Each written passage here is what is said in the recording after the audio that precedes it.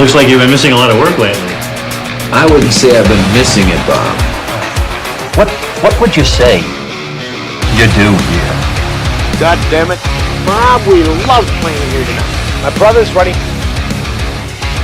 It helps if you think of it as a game, Bob. Every game has a winner and a loser. You must possess strength to inflict pain, Bob.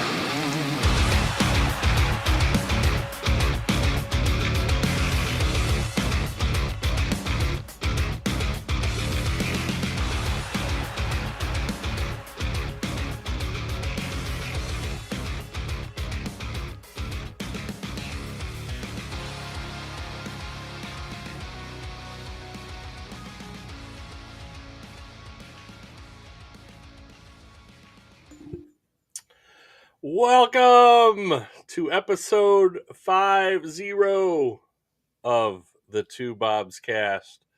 As you are all aware by now, we are an A to Z rock and metal podcast covering the alphabet in order, picking out bands at each letter. We are still on the letter F. Episode 50 in season 2. This is episode 11, I believe, of season 2 since we started at A again. And last week we did Five Finger Death Punch. This week we are going to do another F band. But before we get to that, I want to introduce, well, you know me, I'm Mr. H. I want to introduce to you the greatness, the Herdness. How you doing, Herd? Man, I'm good. Ready for another F band, but I'm good. F band. I saw when you walked in, you got a sweet looking Ghost shirt on. Yeah. Oh, a cheap knockoff. What do you call them? The bootleg version. Dude, you got scammed. Bucks. Yeah, it cost me $20. Funny story is when the guy told me, I'm like, I think they were $10 going in. He told me I should have bought one then, but I don't even know if it was the same shirt. To be honest, he was just pulling them out. I didn't really see them. I don't know if it's the same one, but it's got dates on the back and stuff, which is cool. Yeah, and it doesn't look like there's anything wrong with it. Like, I know sometimes like some of these bootleg shirts, like they'd say like a band performed in Acorn instead of Akron, Acorn, Ohio, yeah. Right? So it's sometimes weird spelling or like stuff's printed off kilter, but this one looked pretty good. And but on the way out, I asked him how much it was, and he goes, $25. I go, get out of here. And I walked away from him. He goes, come on, man, 20. Give me 20. So I'm like, all right, fine, I'll do $20. Yeah.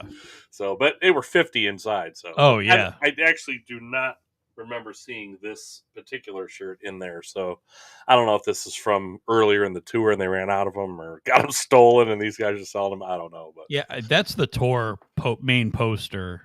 It does say Skeletor, and it does have the dates on the back, and the 2 dates we saw are on there. Yeah. So I don't know. Mission solved. It. I just wouldn't wash it. Yeah, right. Ever many times, or right. maybe once it might survive. Yeah. After that, all bets are off. But thanks for noticing. Yeah, excellent. This is the first time I've actually worn it, so I just saw it today, and I was like, you know what, I'm just gonna put that on. What the heck? So how are you doing though? Dude, I'm good. To ghost him. Nice. Yeah, he tried. He couldn't do it. But man, I'm good. No, I'm good. Just summer with the kids. It's been hot as hell. So the last coat today is just so humid and hot. Kind of stuck in the house, but and really, they say heat advisory. They're not kidding, man. Because I was just sitting out there. I was sitting there for 5 minutes, and I just got sweat rolling down my head. Yeah, absolutely. But yeah, man, things are going good. Excellent. Just work and listening to our new F band. F band. Who is it? Who is it? I don't know. Yeah, it's hard to say. Fear Factory. Fear is not a factory for me. Yeah, evidently, Mr. H. Fear is not a factory for you. Yeah. So I mean, it only says it behind your head in the middle here. So I don't know. Just kind of playing games there. Yeah. Except John Novak, if he's not watching, then Yeah, he wouldn't know until you said it. Yeah, he was hanging on every word. He was trying to make him hang on every syllable. Come on, say it, man. I got to know the F band. Yes, sir. So, all right. Well, what do we have for Fear Factory? Unless is there any other news you want to get to? No, there's not. No shows or anything like that. Yeah, we didn't. Do you have any shows coming up for you? Anything? No. Yeah, I don't think so. Not that I can think of.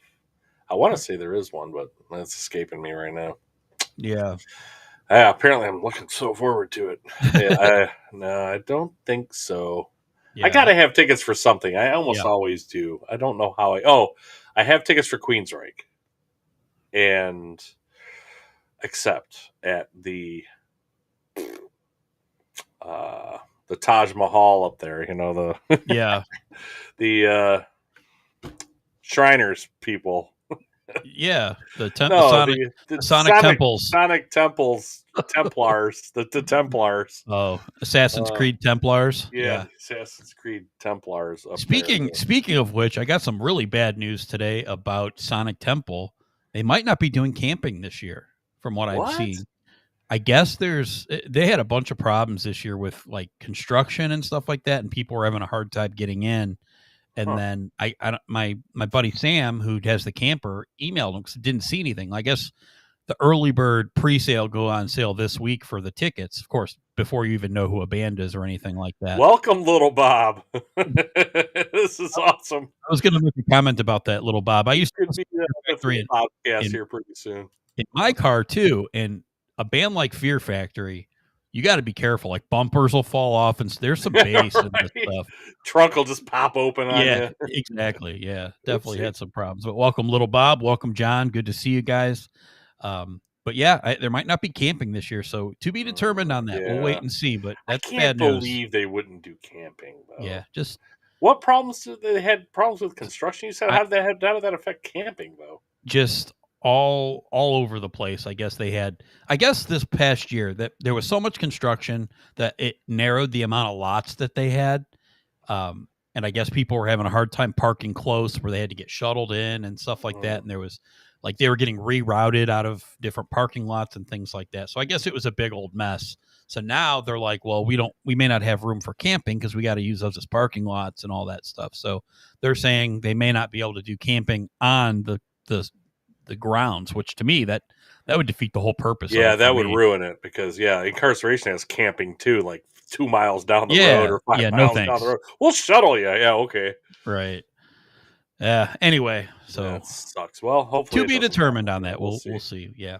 And then people complain, and then they lose enough money from people like, well, we're just not going or whatever. Yeah. They might have to reconsider. Yeah, I mean, let's make a space for them.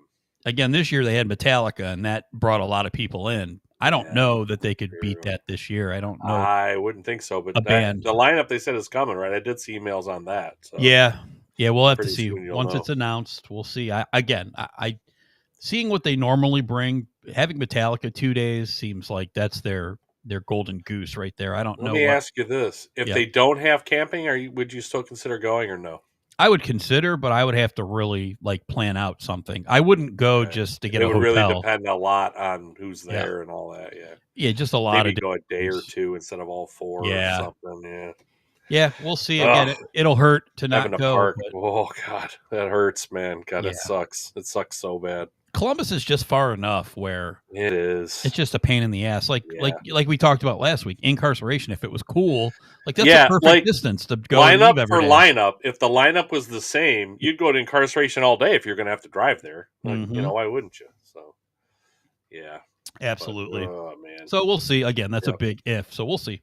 Right. To be determined. But Fear Factory. Let me go. Let me get rolling with them. Fear Factory formed in 1989. First name ulceration, like ulcer, like a stomach ulcer, ulceration. The band just thought that was a cool name, so they went with that at first, but quickly they adopted the name Fear the Factory, which was inspired by a factory that the band, I guess, was by their rehearsal space. Yeah. It was guarded by men carrying rifles. Oh. So they were afraid of it. So Fear the Factory was adopted. And then later, of course, they shortened the name to just Fear Factory. Much cooler name than Ulceration. Yes. Ulceration wouldn't really fit what they ended up doing. Maybe early on, but not too far after that. So origins of the band, it kind of started out just with the guitarist Dino and the drummer Raymond Herrera. The two of them had started, and then they eventually came up with Dave Gibney on bass, and then vocalist Burton C. Bell. I guess the funny thing about Burton is Dino overheard him singing New Year's Day by U2, and that's where he's like, man, I got to have this guy in my band. Oh, interesting. So kind of funny that come into play later. Yeah, it might later. Yeah. So, Gibney didn't stay in the band that long. They didn't have a bass player that they really had for the first couple years. So Dino ended up playing bass in the first couple albums for the band. We'll get into it later. There'll be a theme of people doing double duty in this band, triple duty in some cases. Yeah. This is a band full of internal drama. They never can seem to get their stuff together. But early demo recordings from this band, they were really at the time really heavy, reminiscent of bands like Napalm Death, Godflesh is kind of what they were compared themselves to, which you can hear on their first record, which we'll get to here shortly. But they did actually record another album titled Concrete that was done before their first record. But after recording it, they hated it so much, they decided they were not going to release it. So they ended up not releasing that first album. Funny enough, though, they did. The record label ended up releasing it later on without their permission, which was kind of funny. But we did not review that one. That one doesn't count. I don't know. Have you ever listened to that one before, Mr. H? I think I might actually have it. Actually. Okay. But, it's. So ultimately, back in I couldn't get enough Fear Factory days. I think I found it, and I'm like, "What is this?" And I looked, and then there wasn't much in the way of internet to in the mid '90s to look things up. I mean, there was some, sure, but I ended up finding out that it was older. But I think I'd already bought it anyway. I think I have it. I gotta look. Actually, I don't even know. But yeah, I know I have listened to it though. I have it at least downloaded somewhere on LimeWire or something. I know I have it. So. Yeah, so they frown upon. They basically look at it as a demo, like a developmental type album, which led them to their debut album, which was released August 25th of 1992, Soul of a New Machine, which again, debut album. It was released by Roadrunner Records, so probably one of the early ones to be released on that label. Mm-hmm. Very much a death metal inspired industrial album. This band, as you're going to find out, a lot of concept in their albums. They basically talk about a lot of the same things in every single album, something to do with machines taking over, or machines taking over the whatever man does, all that type of thing. So you're going to see a theme, a lot of concept albums, though this isn't a true concept album. That is the next one. A lot of Terminator type story stuff. Exactly. Very similar. So yeah, it was just the three people on the album. A guy is credited on it, but again, I don't know what to believe and not to believe from this band, because they all have these interviews like, oh no, I played all that on that album. No, I played all that on that album. But Dino says he played all the bass on this album, though a guy named Andrew Shives is listed in the credits. Another funny thing is every single album, all the members of the band named themselves something. Yes, I love that actually, and it changes throughout their lifespan here. It does, except for Burton. I think Burton always is, maybe not exactly the same, but something to do with vocal martyr or something. He always does. Oh, I've seen all kinds of different stuff. Okay. So the first one, he's dry lung vocal martyr. Yeah. Dino Cesares is credited as discordant, and Raymond Herrera credited as variable percussive wrecking. Yeah. So pretty. Even awesome. Andrew, he's got discordant bass. Yeah. Yeah, he's credited himself. Apparently, he didn't play on this album, but he's got his own moniker as well.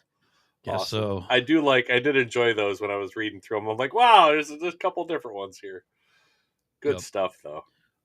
Also, another thing to note on this album, a lot of the programming / keyboarding / those type of things credited hardware utilities on this album, done a lot by Burton C. Bell. A lot of other albums, they end up getting another guy in here Uh-huh. that does a lot of their keyboard work. So we'll get into him next album, I believe, or the one after.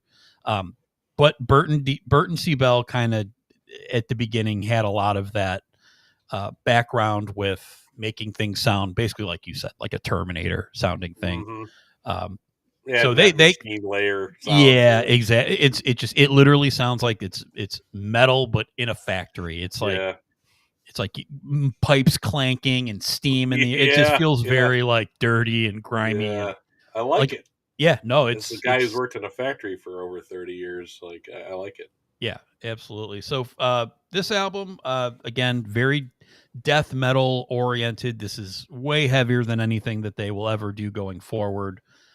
Still, obviously, still, very industrial, but more on the death metal side of industrial. Mm-hmm. Songs that I like on this one, I really do like Martyr. I do like Scapegoat. I do like Scum Grief. There's a lot of songs on this album, which is 17. I think this is what really kind of hurts this album for me. Is it's very all over the place. I feel like they threw everything on this album when they should have probably called it back and just put the good stuff on here, Yeah, absolutely. So yeah, I feel like you have to dig a lot to find really good stuff here. Not a lot that's skippable, but there's a lot of intro stuff. There's a lot, like, it's hard to kind of see where one album starts and the other one, or one song starts, one song ends. It's kind of mishmashy. I'm not a big fan of this album. Even going back, I thought I would like it more, but I don't really like it that much. Just a little bit too heavy for me. I gotta say, basically everything else that they've done sounds pretty similar overall to me, but this one not so much. I don't think Burton C. Bell has gotten to the point where I love his vocals on this yet. It's very it's more death than his signature back and forth later on, even in the next album. So the vocals aren't quite there, but the drums are sweet in this. The guitars are the guitars. Those are always going to be the same, but the production is not very good. This one for me is number 9 and a C, almost bottom of the barrel for me. I really was hoping that I would like this one more than I did, but it's just it doesn't hold up to basically anything else that they've done to me. So, not a huge fan of this one. I'm curious to know what your thoughts are, Mr. H, on Soul of a New Machine. All right, Soul of a New Machine. The first thing I thought, like, so I'm trying to take myself back to 1992 when this came out, right? Like, I wasn't in on this 1992. Right. Like, I heard of them was on the next album. So yeah, but I was, when going back and listening to this, like, even in 1995, I thought this then, but 3 years earlier than that, I thought, who was doing this stuff in 1992, man? Nobody it's true. was doing this heavy industrial stuff in 1992. Absolutely nobody. This is pre 9 Inch Nails. This is pre, like, and it's heavier than that anyway. Like, yeah, it's pre Ministry, like, or right around the time Ministry. Like, there was nothing out there like this. So, I mean, good for them, right? Yep. And my second thought was, man, Dino is a force right from the start, dude. Right from the start. Now, a lot of his stuff ends up being kind of similar, but man, this dude, boy, right from the start, like, I could see why, somebody like Roadrunner is like, man, there's nobody out there sounding like these guys. We got to get these guys in here, and sign them. So, and it really helped them. They really helped build that label too. So, like you said, though, same thing. The vocals are really not my thing here for the most part, but it would get way better very soon. 17 songs, I said I thought was a lot. Many of the songs are really short, though, so there's not a lot of 7-minuters on here, which they will do some of later. But yeah, Dino just was a force, I thought, right from the start. So my favorites, funny thing, Martyr, Scapegoat, Scum Grief. How about that? Yeah. So you named my first 3. I also like Self-Immolation, and I liked Woe, W-O-E. Okay. I like that one too. The skippers for me, kind of the last few tracks after the Woe song. There's 3 more after that.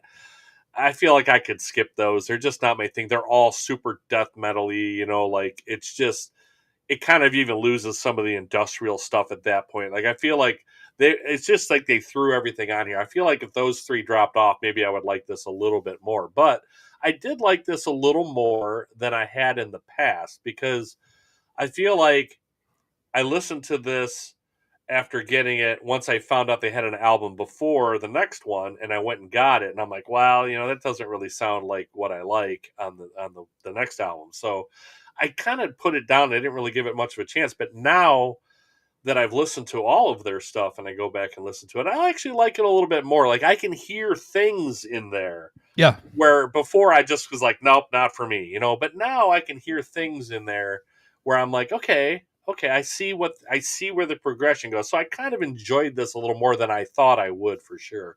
But I still have it down near the bottom. This is number 7 for me out of 10.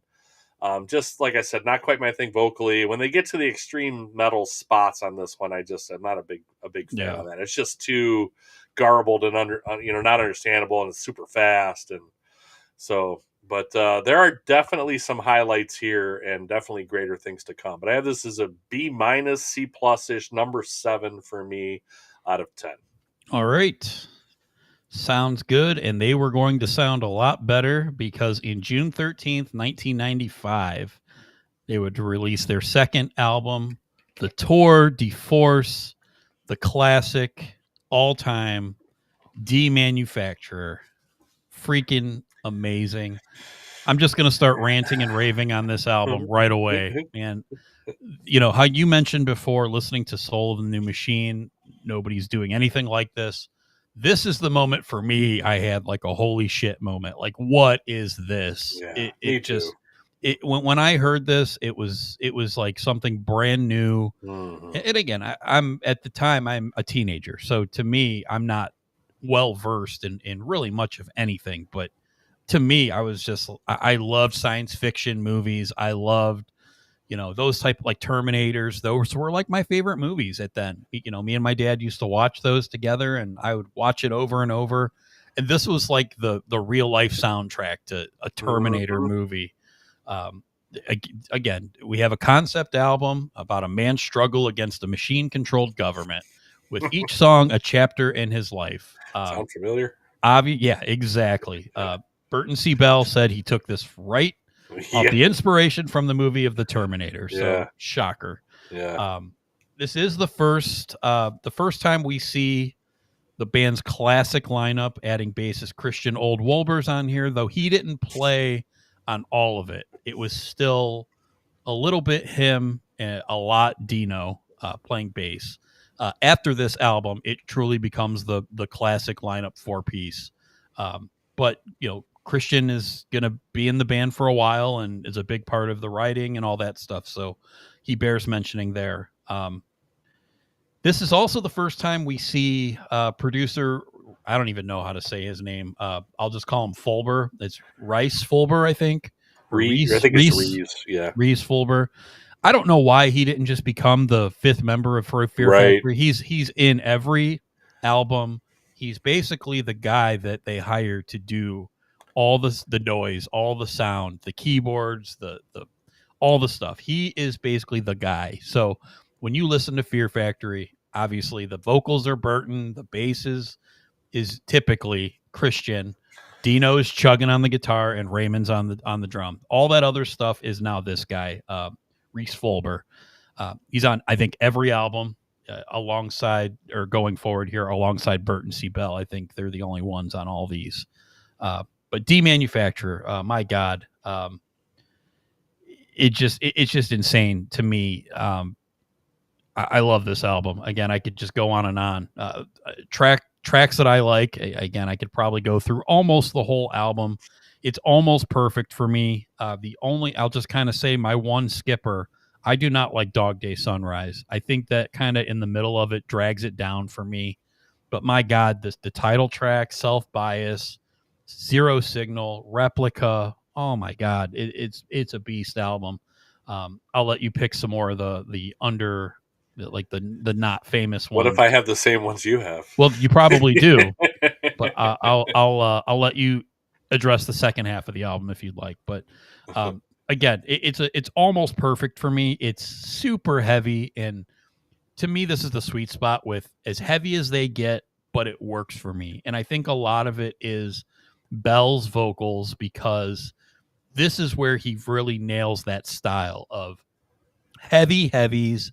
And he's not a great singer. I mean, he can't sing, but the way that he has his style in the choruses, it just works. It works with the music. It works with the style. Just a phenomenal album. It really pioneers here, and they're never really going to do anything that touches this, but they did kind of set their style where, they had a baseline now of what they were going to do basically the rest of their career. And credit to them, they didn't really go that far off of it, even with all the different musicians. Even if they strayed away from it a little bit, they would always end up coming like right back to it. Just classic Fear Factory. Demanufacture is my number one album. No shock there. This is by far their best album for me. Again, it would be an A+. I don't like that cover in the middle of it. That Dog Day Sunrise just bugs me. It always has. I've always skipped it.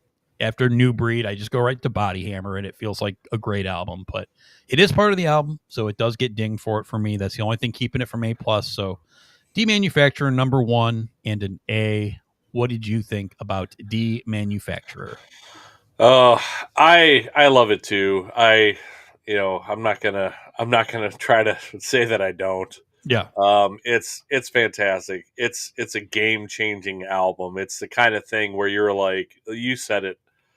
Those are my exact words. Like, I heard this, I'm like, what in the world is this? And I don't think I used "in the world" either, but I was like, what? What is this? Like, this is unbelievable. I've not heard anything like this ever. So, and it really is. It's crushing, man. It really is. A couple notes. I do want to bring up that there has always been some controversy with me. I even watched a documentary from a few albums later that I saw on YouTube this week, and they even asked him, Raymond Herrera, is he really playing on this album or not? Like, Yeah. it sounds amazing either way. But later on, there Yeah. are albums with no drummer that are programmed, and it sounds exactly like a this. lot like this. Yeah. Now, I know he's using drum triggers, and I Yep. realize that the drum triggers basically even things out. And, like, so no matter how hard he's hitting these kick drums, like, it makes it sound kind of like a machine, but he still has to hit them, right? Yes, so he does. Yeah. I just, man, I mean, the machine like precision that this guy has is ridiculous. So, yeah, I'll talk about the that little documentary a little later when we get to that album and what he said, which I thought was kind of funny. So, but just, oh man, either way, like I said, doesn't really matter. Either way, it sounds amazing. Right. I've seen him, like, I think 9 times I've counted without talking about festivals outside of Cleveland. I think I've seen him in Cleveland 9 times. So that includes one Ozfest that they're listed at. But I know I've seen them elsewhere at other shows, other festivals. But they always sound amazing, and you can't tell. Like, the dude looks like he's playing it to me, Yeah. So it's Yeah. just, it's fantastic. So it sounds great live too. And then my next thought was, man, Dino is amazing. He's such an underrated guitar player. Yeah. Like, this guy, I'm not sure anybody really likes this guy that much, later on. And I think No. he's the reason for a lot of the strife in this band. Somehow him and Burton C. Bell have got along for 30 years until he finally left and he'd had enough. But I feel like that's a lot of the problem. But man, he does a lot of the same stuff. But this guy's riffs and his right hand are elite. Yep. Elite. I mean, this guy, oh my God. So Dog Day Sunrise, I thought was kind of funny. I don't mind the song as much as you do. It definitely is kind of like you almost want to call it an ear sore in the middle of the album, because you're listening to this just heavy, just pummeling, just machine-like music, and then you get to this, and there's like a little organ piece in the beginning, and you're like, what is this? So I guess Burton was joking around with Raymond Diego, I guess, is one of the guys that was helping them with samples or something a little bit here, along with Reese, and I guess they were joking around that it sounded like the Doors. So he put a little organ like in the beginning of it, and it was like an in joke between them, which I thought was kind of funny because it does kind of sound like the Doors. It sounds like a Fear Factory Door sign. I'm not a Doors fan at all, so but I didn't hate it as much as you did. The song I don't like on here is the last one, Therapy for Pain. Okay. Now it's kind of typo negative ish, and there are some similarities between these two bands. Yeah. If Fear Factory does a ballad, it kind of has a typo negative kind of vibe to it, which makes total sense. You know, he's got to lower the register when he sings, and it just when he sings slow like that, it kind of sounds similar. He's nowhere near the singer Peter Steele was, but it does sound similar. Right. But the song's about 5 minutes long. And it goes on for 9 minutes and 43 seconds. So it just makes me want to skip it because I get it. I just know that there's great stuff to come from them too. And I'm just like, I'm just listening to basically noise the last 5 minutes of this song. So that's the only one for me that I kind of want to skip. And I'm just not a big fan of their slower kind of ballady material either. So I just feel like they don't do that very well. Like if I wanted to hear that, I would listen to Typo Negative. Sure. Right? So I get it. You know, I don't know. So Brian S., I can't stand Typo. Now, I'm not a huge fan of them either, but I feel like they do that stuff better than Fear Factory is all I'm saying. So, yeah. But anyway, so I have this as, I cannot believe that I did not have this album number one. Now, I changed it this afternoon. I thought going into this, there's no way anything's going to touch this album. And something have this as an A-. I have it at number 2. Okay. I mean, it's just it's definitely a top heavy album for me as far as great songs go. My favorites are Demanufacture, Self Bias Resistor, Zero Signal, I love Replica. Oh my god, it's the greatest song. So I could listen to that song on repeat for probably 2 hours straight. I just love that song. But just with that kind of skipper at the end, kind of brings it down a little bit. I do like, as far as you're talking the second half, I liked Hunter Killer, and probably Pissed Christ the most of the second half of the album. But Body Hammer's good, Flashpoint's good. They're all good. Yeah. Except for, like I said, the kind of ballad one at the end. And Dog Day Sunrays, I'm not huge on either. I'm not going to skip it, but I'm not a huge one on that one either. Okay. It's not great by any means. Like, they do a couple of great covers. This is not one of them. So anyway, I have this A-, number 2. Definitely top heavy as far as great songs go, but still really good throughout, except for kind of the last track. So I just still can't believe I moved this to number 2, but I couldn't deny the other one. I just couldn't. I listened to the top 4 again today 2 times. Mm-hmm. All 4 albums 2 times. Yeah. Because I knew 4 wasn't going to be in the top 3. But the top 3, I thought for sure it would be this one. If it wasn't this one, it would be another one, and it wasn't either of them. And it was one that completely shocked me. So we'll get to that later, but I had this as number 2 at A- for me. But I do love Demanufacture though. Just to keep you updated. So in this one, Burton C. Bell again is dry lung vocal martyr. Dino is heavy duty scarifier. Raymond is maximum effective pulse generator. That's a great one too. And Christian is total harmonic distortion. Yeah. So yeah. I'm gonna keep Even though everybody he played updated. on like half the album, I think he said. I think I read in there somewhere it's half the album. Yeah, he has 2 writing credits, and I think he played 3 or 4 songs. I think is what it was. So. But moving on, distortion. Yeah, that's going to be a cool theme because I do love the names. Good. Absolutely. Album number 3, and we got Christian as a full-time member now. He plays on all the songs. He helps write a lot of all of them. Yeah, pretty much all of them, I guess. Yeah, other than the very last track on it, he has a writing credit on the first 9. Now they're doing all of Fear Factory unless stated, and it's just the one song. Yeah. July 28th, 1998, they released their 3rd album. Time out. Go ahead. I wanted to mention one thing that I forgot to mention on Demanufacture, and it's because I just mentioned it not that many podcasts ago when we did Bon Jovi. Yeah. This was the album Demanufacture was, not Obsolete, that they were recording in Vancouver while Bon Jovi was recording These Days. And Bon Jovi repeatedly had to ask them the producer had to ask Fear Factory to turn their volume down because it was coming through their bass drum mics. So that it's just fantastic. And I think I even mentioned it then that once we did these guys, I was going to mention it again, and I forgot to, but now I just remembered. Sorry. Keep Nope. going. That was All good. such a great thing. It's so funny. Yeah. Guys, could you please, we're trying to record, like, I don't know, Bed of Roses or whatever here. Can you dial it back a little just for a day? Like, it's so funny. Yeah. Yeah. It's a great story to tell because everybody knows who Bon Jovi is, right? And is that the album that that we're clowns about? I think that's the one, right? Oh, yeah, maybe. It might have been after maybe. the one with I can't remember, but Obsolete, third studio album. Again, all solid 4-piece now with Christian now in the band. Might as well with your fifth member, Reese Folber, again producing it, doing all the keyboard parts, all the extra stuff.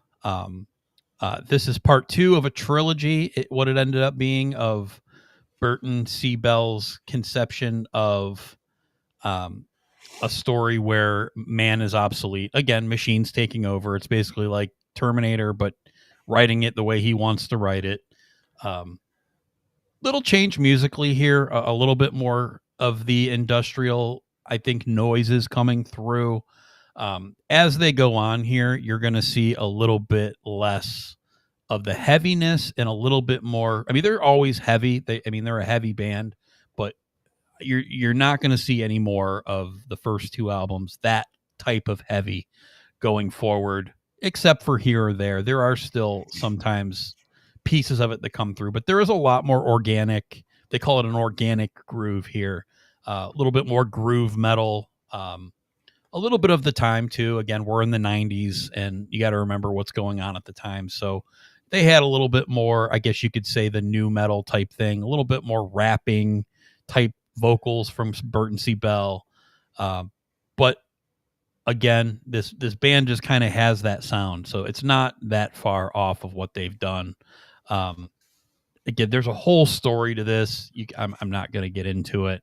I remember when I bought the CD and I was like infatuated with reading it. It's like a 3-scene play and all that stuff. I'm going to get to that here in a second, John, but yeah, absolutely. Yeah, we'll talk about that. Not on the original album, though. It wasn't, but no, that's stupid. Yeah, but it wasn't. To me, it is. I'm sorry. It should be right. It wasn't. It wasn't on the original. But we'll definitely get into that. This one, this is another one. I was pumped for when this one came out. I was waiting for it. I was on the edge of my seat, like I couldn't wait, and I really wasn't very disappointed. While it wasn't as heavy, maybe as Demanufacture, it was still heavy, and it added a little bit more melody, a little bit more synth to it. Love it. Some songs that I really, really love on this album. Very top heavy again. Comes right out the bat with Shock and Edge Crusher, probably 2 of their best songs they've ever done. Smash or Devour. Descent is kind of, they have one of these songs usually on every single album where it's a little bit ballady-ish, kind of. It's like a replicant type thing. Descent is a fantastic song. And of course, Cars, the cover, which I know it was not on the original, ended up on the digipack that was released like a year later. Yeah. But my God, I don't think my copy of Obsolete has Cars on it. Doesn't? Okay. It does not. So yeah, I downloaded it obviously. But. Yeah, I bought it was the paper booklet. I don't know if that's the one you got too, but it had Cars on it. I did buy them both. I can't remember. No, I don't have the digipack. I have the. Okay. It didn't have that whole story stuff in it. Either. Oh, okay. Yeah, it came. It was like a 3-act thing. It very, again, the names of the, like, the Edge Crusher is the name of a character in it and stuff like it's all Smash or Devour. Yeah, Smash or Devour and Securitron. Is the police state. The police. So, let's go ahead and hold on. Is there no names on this one? They may not have names for this album. Yeah, I don't remember there being names on it. There's a couple of these I think that don't have names on them. One standout is Christian actually he learned upright bass, and he got the bass from, I'm trying to remember, I didn't write it down. where is it? He ended up getting it from some other band, and I can't remember what. It was Evan Seinfeld from Biohazard. So he gave him the stand up bass, and he learned to play it, and he went to Dino, and Dino's like, "You're not putting that on this record." And I guess they fought about it, and it worked.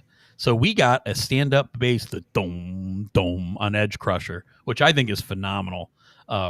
Really, really cool. And this is what I was talking about with Little Bob when he was in here earlier. Is you listen to Edge Crusher in a car with a system, man, your car better be intact, because that thing is gonna rattle like crazy.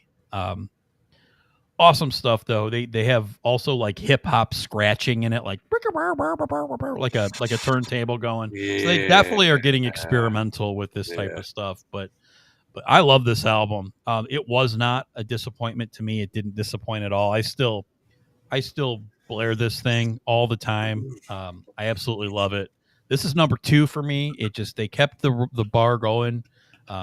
Love this album. This is also an A, maybe A minus, right behind Demanufacturer. But I love Obsolete. What did you think of Obsolete, partner? It was more of the same. Great kind of instrumental metal, industrial, and not instrumental, but industrial metal as on Demanufacturer for me. The Cars cover is ridiculous. It's so good. Gary Newman himself is on there, and he's also on, I believe it's Obsolete. He's at the beginning of that one too. Gary Newman himself is on the album. It's fantastic, and it's a cool video. It's really the song that broke them. Like they were really gaining popularity in metal circles, but man, once Cars came out, like everybody knew who Fear Factory was, and their popularity kind of exploded at that point. And for this album too, this album sold lots of copies because everybody's like, "What? What is that?" So it was like the perfect marriage, right, between what he did and what Fear Factory did. It just worked. I mean, what better stuff for them to cover than like some kind of electronic music from like the late 70s, early 80s, right? Like they should have done more of that in my opinion. Can you imagine them doing like the Human League or something? Like, oh my god, dude, there's so much stuff. Even like Kraftwerk, things like that. There's so much they could have done with that. Like I wish they would have done more of it. I wish they actually would put out an album of just covers of songs from that era. Like that would be fantastic. So anyway, like they just do that stuff so well. But I do feel like Burton kind of dialed back his harsh vocals just a bit. Now, maybe it was the way they recorded it. It might not be the way he sung it. But I like the way his voice sounds better on this album than I did on Demanufacturer, because he just dialed it back just enough to where it sounds better and it's more understandable. Like I can understand the lyrics more on this album. Edge Crusher, I really like, and there are parts I don't like the hip hop scratching and kind of the rap-ish vocals, which are going to kind of hurt the next album for me too, because they do that on multiple songs. Yep. And it's just, Burton's not a rapper. Now, I kind of get also that when he does kind of more of a hardcore style, harsh vocal, it's kind of rap-ish anyway. I guess it's not that far off. I just don't like it when he straight up kind of sounds like he's just rapping, and I'm like, it just doesn't work. Like it needs to have the heaviness. It needs to have the hardcoreness about it for me. So that's the only part about it I don't like. The song is really cool though, and the stand-up bass and all that. And then the lyrics were done by Burton and this guy named Mad Child. They must have met, like some Canadian rapper I looked up. I'm like, who is Mad Child? So anyway, he did help them with lyrics on this one. So I'm sure that didn't go over with Dino, just like the stand-up bass. Yeah. Burton probably has his buddy Mad Child. He's like, man, he's going to do some lyrics too. And Dino's probably like, absolutely not. Well, it's not just your band, dude. So yeah, maybe later it will be. And maybe. It will be. But, so my favorites on this one are Shock. I love Shock, the opening track, like you said. Smasher Devourer I like a lot. And Resurrection I really like a lot. Now, Descent is really good, but it kind of gets into that ballady-ish territory for them. It's really kind of slow. But the one I don't like is Timelessness. And that Reese Fulber actually tried to get Sarah McLachlan to do vocals on Timelessness also, which I know Dino would have quit the band right then and there, I think, if that happened. Probably. So, I mean, it's just so, but I really don't like that song. It's just, I don't really care for that one. It's just a straight up like ballad, and it's not even like a Fear Factory ballad. It's just like a ballad. It doesn't even have a lot of like electronic stuff in it. It's just, I'm like, I don't really know, and it's not that great of. It's not like a catchy song to me. So there are a couple slower songs they do later that I actually kind of like, but that's not one of them either. So that's a skipper for me, and that kind of pulls this one down just a little bit. Like I said, I do like Bell's vocals a little more on this one, and I generally like a lot of the songs a lot. So I could just do without the weird experimentation, and timelessness, which kind of drags it down. But I thought this had a shot to be my number one going into this because I knew I loved Demanufacture, and I still do. And I thought that maybe I would like this one. Like, I used to love this album. I was so into them when these two albums came out. I listened to this all the time, and I probably skipped Timelessness even back then, but I just listened to the whole thing except for that. And I'm like, time to go back to track one. So I really like this album then. It just doesn't hold up quite as well for me as I thought it would. So this is still number 3. It's still right behind Demanufacture for me. But it kind of, I don't like it as much as I think I once did.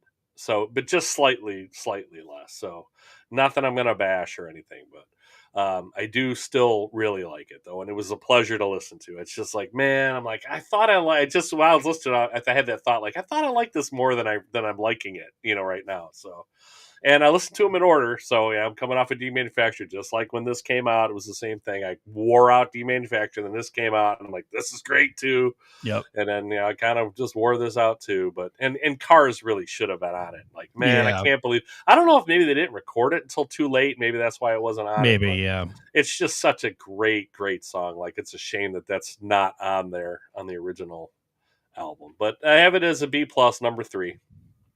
All right. We got the 4th studio album released April 24th, 2001. Digimortal, short for Digital Morality.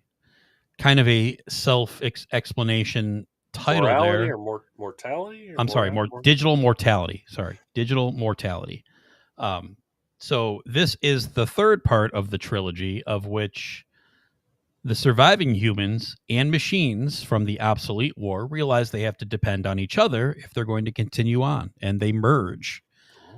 Just the next step of evolution in the great mind of Burton C. Bell, I guess.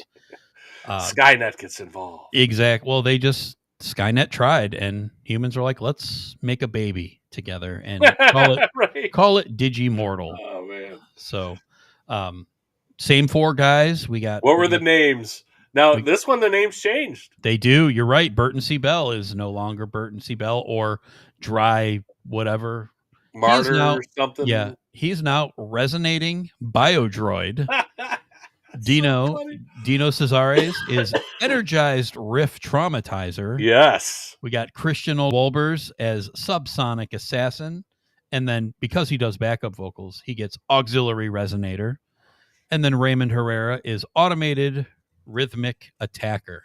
So at least they didn't make it their permanent names like Avenged Sevenfold. But right. But man, it's so fantastic that they do this. I love when bands do stupid stuff like this. I don't know why. I just find it like so. It makes me laugh, makes me giggle. I don't know why I like it so much, but it's just so. It's just something else to read in the liner notes, right? Like you buy a CD, or better when it was an album when you had all these notes in there. But it's so cool. You buy a CD and you open it up and I don't know that I really look forward to it, but I always remember laughing about what they put in there as their name. Yeah. So it just cracks me up, and it fits with what they're doing. So, yep, absolutely. This album kind of has the same effect on me that it had on you for Obsolete. When this album came out, I loved this album. I liked the catchiness of it. I liked the fact that there was this was the first time that I really sang along and remembered like singing more than I remembered like riffs and things like that, like the first 2 albums, or the 2nd and 3rd album, I should say. I don't want to totally throw away Soul of the New Machine, but I really didn't listen to it that much. So to me, it wasn't really in the same ballpark. But this one, when I came out, I listened to it nonstop. It was phenomenal. I still think it has a lot of really good songs. I just think maybe they went a little bit too far away from what I really liked about them in Demanufacture and Obsolete. This was definitely more of a alternative metal type thing included with the industrial metal. It was very different. But I still really, really like it. I think people that come down hard on it, I think have a reason to, but it's hard to deny that I just like some of the songs here. I just like that they put it together. The guitar's still freaking awesome. You know, it's still Dino. It's still him playing his riffs. It's still the machine gun drums of Raymond Herrera. The stopping and the starting, and it's just insane. I think front heavy. This album is very, very strong. I think it comes out with What Will Become. I think is a phenomenal song. Damaged, I really like. Digimortal, the title track, I really like. No One, I really like. Linchpin, we talked about earlier. I like that one. They still play it live. I love the groove to it. It just has like this funky groove. Well, maybe they played it live at Sonic or something. No, but they don't. No. They haven't played it since 2010 in Cleveland. They don't play this. No. They played it when I saw them open for Machine Head last year. Yeah, pretty sure. Where was that at? The casino. Well, I guess there's no set list. 2023. Yeah, sure? I'll double check it. Yeah. While you're I talking, looked, man. I was like, they basically don't play that song half of the time. Okay. They didn't play it much, after this album came out. When the next couple albums came out, they didn't play it much. They haven't played it in Cleveland since 2010, I don't think. Okay. I looked. I was like, yeah, no, I'll double check on that one. Yeah. But back half of this album is pretty weak for me. I don't like Invisible Wounds. Like, to me, that's too ballady for them. Like, to me, that's not okay. Like, that kind of mixes it for me that I don't like. I don't like the Be Real song. I never really liked that one. Yeah. Hurt Conveyor is pretty good as far as a strong one on the back half. But this one, again, like Obsolete for You, I loved this one when it first came out. But now it doesn't hold up as well as other stuff. This one drops to number 5 for me. Again, I still can't deny the songs that I really like. I still know every word to it. I still kind of jam to it. Number 5, and it's just a solid B for me. If I would have probably put it up. I probably would have put it up with Obsolete and so back then, but not anymore. Like some other stuff before it. So that's funny. What's funny? It's just funny. What? No, go ahead. Okay. Finish it off. No, I'll explain. Okay, I'll toss it to you. What did you think of Digimortal? All right, I didn't. It was like seems like a change. Kind of vocally a lot. Where there was obviously there's like 3 tracks now with like rap, in them, and it's just like you said, it's more of an alternative thing. It's just what's funny is I didn't like this album when it came out. Okay. I like it a little bit more now, where you loved it and now you like it less. But the funny thing is, we both have it as a B. We both have it at number 5. That's funny. So it's just weird that we came about it 2 completely opposite directions. You loved it. I thought it was crap when it came out. I'm like, what are they doing? After the heaviness that they put out before that. And then now we kind of just met in the middle. Like, you came off of you loved it, and I came up from what kind of crap is this? And then here we are. So that's what's really funny. Yeah. I kind of like the rap song with Be Real, but I also kind of don't. So I understand why you don't like it, and because it's just a straight up rap song, but it's a heavy rap song. So I mean, it's not terrible. And I agree with you. They definitely made some songwriting choices on here that I feel like kind of came off of Cars. Yeah. Because Cars was so popular, I feel like they tried to write songs kind of like that. And I feel like Linchpin it's their most popular song on Spotify. Don't get me wrong. And it is a really good song. It just doesn't sound like them. It sounds like it should be somebody else, except for a couple parts where it gets really heavy. Yeah. So there's only a couple parts in the song, but the rest of it's kind of rap, and like the singing parts are kind of alternative-ish, but there are parts of it I like. And that's the thing with this album, is I like the heavier songs in general. But there's stuff about this album I really like, and then there's stuff that I don't, often within the same song. And linchpin for me is the linchpin of that argument, I guess, is that it's just I like parts of it and I don't like parts of it. Ultimately, it's a really good song. It's just to me, it kind of you're starting to lose the Fear Factory part of it. It's in there, but only in little pieces. So they definitely tried to switch to kind of a more radio friendly sound. And the band said that they were, like you said, they were trying to make things more simple. I think you said that, and it just ultimately didn't feel like it really worked that well for them. But I like the generally heavier tracks, like What Will Become, which they do still play live. If they play a track off of this album and all the set lists that I was looking at, it's that song, and it's not Linchpin. Or I've seen them play What Will Become in Damaged, which is the second song. Yeah. But if they don't play Linchpin. But they've played Linchpin off and on. But for a song that's their most popular song, I feel like somebody in the band doesn't really like it or something. Because if it's their most popular song, why don't they just play it every time? Anytime they play 10 or more songs, there's one show that I saw, they played like 17 songs. They did not play Linchpin. And it's their most popular song. So it just doesn't. They don't ever play Cars anymore either. Yeah, I can confirm they played it when I seen them in 2024 at Northfield. Well, is that on set list? Because I couldn't find it. Yeah, it's because it's not Cleveland, it's Northfield. Oh, okay. That could be. Yeah, they played 9 songs. Linchpin was the only song off of this. So they did not play it in 2023 when they played with Static X when I saw them. They did not play it at the Agora in 2016. They did not play it at the Agora in 2015. They played it at Peabody's in 2010 is the last time, the set list that I saw. So, right. But okay, so they played it recently, but it's not like they play it all the time. They haven't been playing it at all. So until I guess now. So, but it's one, like I said, they seem to play it like half the time, which is odd for a song that's their most popular. I just feel like I don't know if maybe it requires more production or it requires something different that they don't want to put into some of these shows. Like maybe, yeah. It's just strange to me that they wouldn't include that somewhere. Not that they always have to play it as an encore. It's not that popular a song, but in the same token, they don't play Cars either. Right. And I would love to hear that live. They don't play it. They hardly ever play that live. Yeah, right? You can't find that really anywhere. And I don't know if that's a rights thing or why they don't play that. But anyway, I generally like the heavier tracks like What Will Become, which is, it kind of, I don't know if you agree, but it kind of sounds like a Machine Head Fear Factory mashup. Yeah, sure. Like the choruses, like it really sounds a lot like like Machine Head in there. But it kind of sounds like a little of both. But I love Machine Head, so of course that works for me, and it sounds really good because it has enough Fear Factory in it. I like Acres of Skin, which is a really heavy track, but it doesn't have as much of the melody as some of the other songs. But I do like that one. I like the riff in that one. I like Bite Block, and I like Hurt Conveyor. I really have no skippers in here on this album, which is odd because on those last 2 albums I really love, there's a skipper in both of them. This one, I don't really have a skipper. You like Invisible Wounds?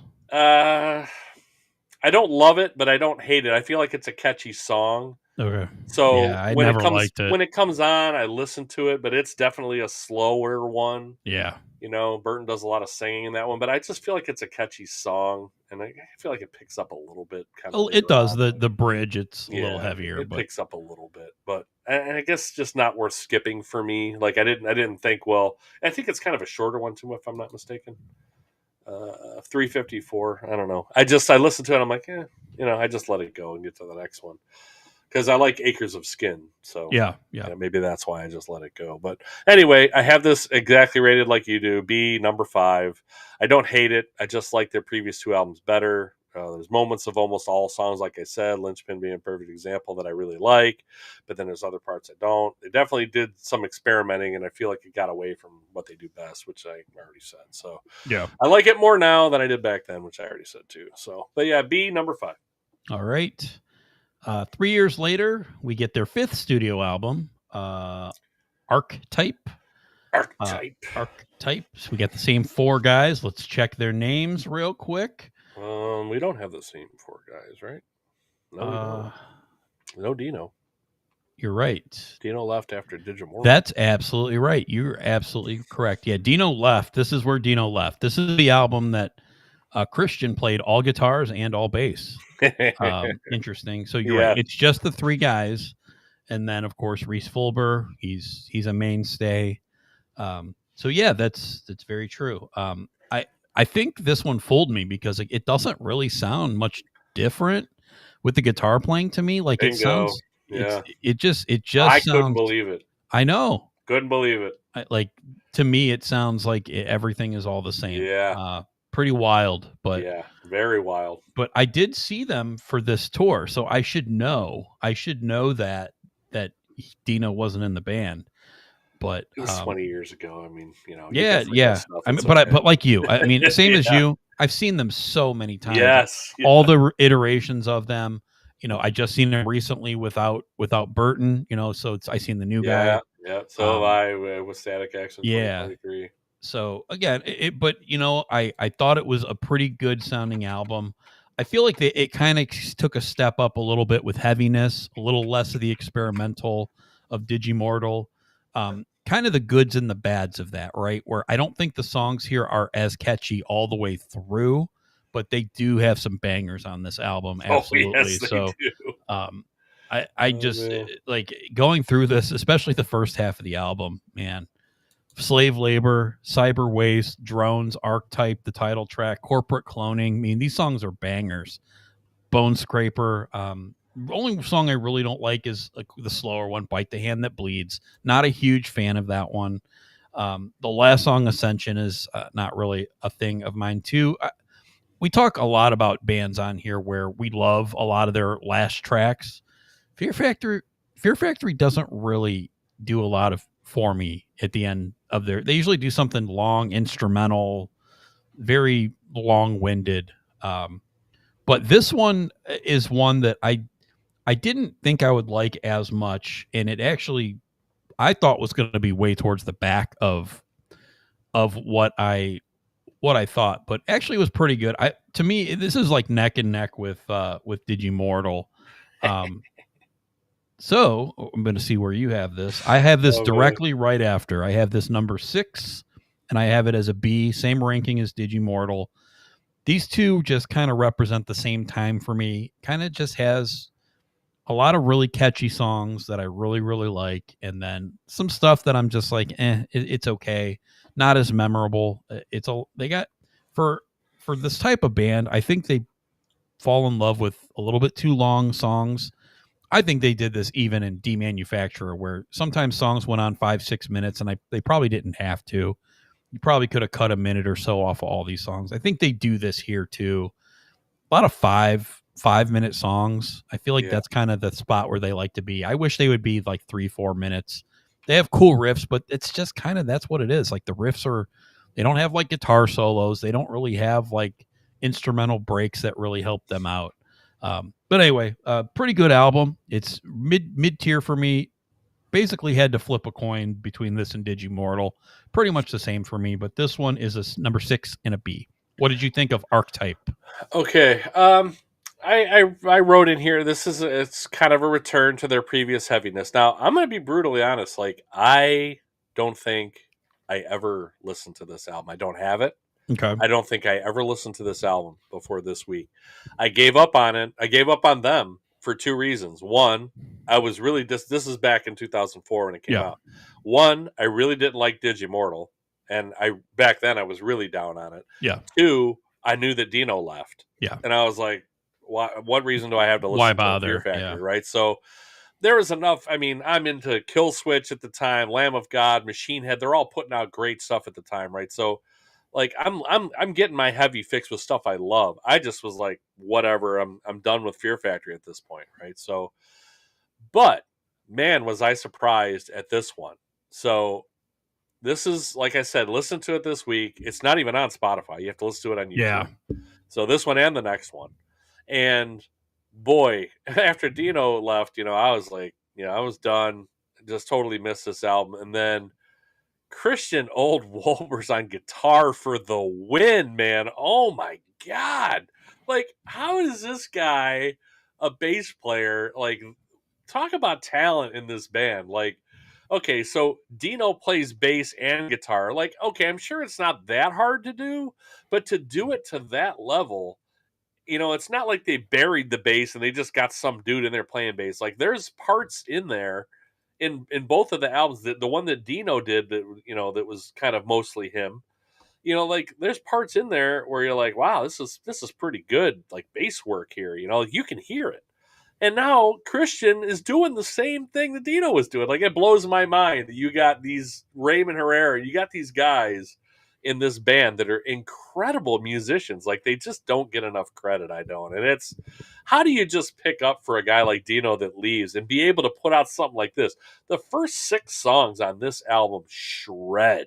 Yeah. Like Slave Labor, which they did just play, I saw in 2024 when you saw them. That's the only song they played off of here. Yep. But Slave Labor, Cyber Waste, Act of God, Drones, Archetype, Corporate Cloning, those songs all rip. Like, they shred. Those are my favorite 6 songs off of this album, all 6 of those. Yep. I don't really have any skippers, but I agree with you. It's really top heavy in the songs that rip. And it just kind of, after that, it falls off, like Bite the Hand That Bleeds, followed by Undercurrent, just falls off and kind of gets a back to the kind of radio-friendly sound that they were kind of trying to do on Digimortal. So I just wish that the whole thing shredded like the first 6 songs. Like you said, there's maybe not quite the melody in there that I wish that it had that was in earlier albums, but I was just so blown away that, like, the guitar riffs and, like, I was like, man, how do these guys just not miss a step? Without a founding member and a really, really good guitar player in his own right leaves, and they don't even miss a step. Like, I couldn't believe it. I could not believe it. So this was definitely a big eye-opening album for me. So I hate that I have to listen to it on YouTube because I want to listen to it more, but it's a pain in the ass to listen to it on YouTube. It is. So, and I listened to it again today, like I said, a couple more times, and I had to listen to it on YouTube. But everything else, I can listen to it on Spotify. Except Transgression, but that's obviously I'm giving away. That's not in my top 4 that I listened to again today. So this one was. So I just wanted to hear it again to see if I really heard what I thought I heard, because I listened to it the first time through and I'm like, man, how did I miss this album? Like, that sucks. That 20 years ago I missed this album and I could have been listening to it all this time. So it's one that I'll come back to. Maybe I'll like the second half a little bit more. I don't know. I just never really gave it a chance. So I have this a spot ahead of Digimortal. You have it rated the same as a B. I have it rated the same as a B. I put it ahead of Digimortal. You put it behind. So mine is number 4. Again, definitely top heavy, but a lot of this album rips, man. It really does. Yeah. Good stuff. Good stuff. Yep. Well, that one definitely surprised me. This one I was a little nervous. This next one I was a little nervous to talk about because I always feel like there's one that we're like way off on, but at first I was a little nervous. But 6th studio album released August. And now you're not worried because it's not my top 4. Yeah, I know you didn't have it in the top. No. August 22nd, 2005. Still no Dino. This I believe is the last album that Raymond Herrera is on. Got Burton C. Bell. I think it's the last album that Christian and Raymond are on, now that I think about it. Yep, because somebody returned and they promptly left. Which, they left, again, I mean, if you just kind of read the tea leaves, right? Yep. It kind of tells you what the problems are here, right? So yeah. So it's unfortunate. And now it's, they all are part of the Fear Factory Incorporated or Fear Factory Company or whatever they called it. Yeah. And there's even quotes by Christian and Raymond that are like, it's kind of like us against them. It's 2 versus 2, right? Like they all have a piece of it. Well, but not anymore. They all kind of, I guess not anymore, but they all kind of just fight over it. I wonder how much of the latest album with only Dino left on it, I wonder how much he has to pay those guys for that. You know what I mean? Like, it's not, I think they all still own the name and all the rights, so he can continue on Fear Factory, but he's going to have to pay him off with I would think so, yeah. So, yeah, it's a shame. It really is. But anyhow, sorry. So this album, we got Burton C. Bell, Vox, Martyr, Automata, Effects, Comprehensive Supervision. We got Christian Old Wolbers doing Visceral Pentatonic Resonance. He plays bass on here too, which is Intrinsic Low End Converge. And Arrangements was his hypermutation of musical arrangements. Raymond Herrera, we got Systematic Battery, and Byron Shroud, who's credited but doesn't actually play on the album, so he doesn't get a name. So it's basically the 3 guys again. Last album, by the way, we didn't mention Burton C. Bell and Christian Old Wolbers both went by Transformated. I Okay. don't know what that really is supposed to I mean, but don't. they both had the same Yeah. quote name transformated. I don't know if that means they made some kind of transition. Who knows what that means in this day and age, but no, Yeah. they both are named as transformated, and Raymond Herrera didn't have a special name, so just Yeah. on the last album. There's only the three of them on that one too. Man, I tried to take some grace with this album because it does not sound good at all. And again, it's on YouTube. It is not on Spotify. I'm okay with this one being on YouTube. Yeah, I really am. but again, the only thing that I don't know about is, does this album sound so bad to me because it's on YouTube and I Oh, listen to okay. a crap version of it, or is it just not well produced? I I think think both of it's these there are multiple versions. Both of the yes, last two albums on Spotify. Like I don't yeah, or on YouTube. I YouTube, don't know which one you pick. The Archetype. I tried to pick the HQ version. yeah, Then I listened to a different version today that wasn't the HQ one, and they sounded the same. yeah. And then this one, like you said, kind of sounds like crap. But I don't know. I'm sure there's another version of this one too. Yeah.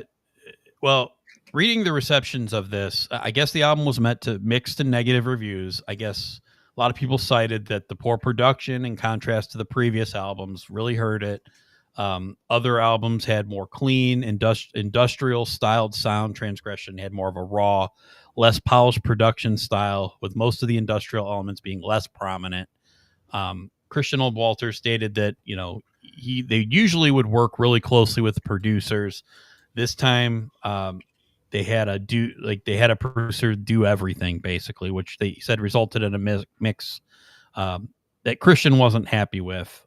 Me also, I did not like this album. This was kind of the weak spot for me, which kind of took me by surprise. I wasn't very familiar with this album, but um, I listened to it, and then I listened to all their other albums, and then I came back and listened to this a little bit more. I didn't go all the way through it, but I just wanted to kind of convince myself one way or the other. But man, this is not good to me. This doesn't really have a whole lot that stands out to me. I do like the song Supernova. I do like the song Transgression, the title track. Nothing else really on this for me is great. Not a lot of skippers. We do have a U2 cover here, as we stated earlier. It's funny that that's how Burton C. Bell kind of got the Yeah. gig. And we got a Mark Morton performance on New Promise. These songs really don't do a whole lot for me. I did not like this one, partner. This one is number 10 for me. This one is a C minus. They don't have anything in the D range for me. All of it is listenable. It's not like I can't deal with it, but Right. This is the album I least am going to come back to. Probably will never listen to it again, especially if it's not on Spotify. I definitely won't go seek it out and listen. But Transgression, number 10, kind of a surprise, C minus for me.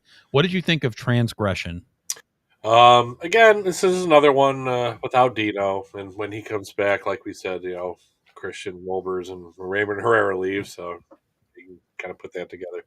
Uh, Wolbers is really good on guitar again. Just he plays all the bass too. And there's a couple songs with guitar solos. Now, I think one of them is Mark Morton, but Yes. there are a couple other guitar solos on here which they almost never do. They Never, almost yeah. never get guitar solos. So I was like, wow, guitar solos, but it really doesn't save this album for me. So Yeah.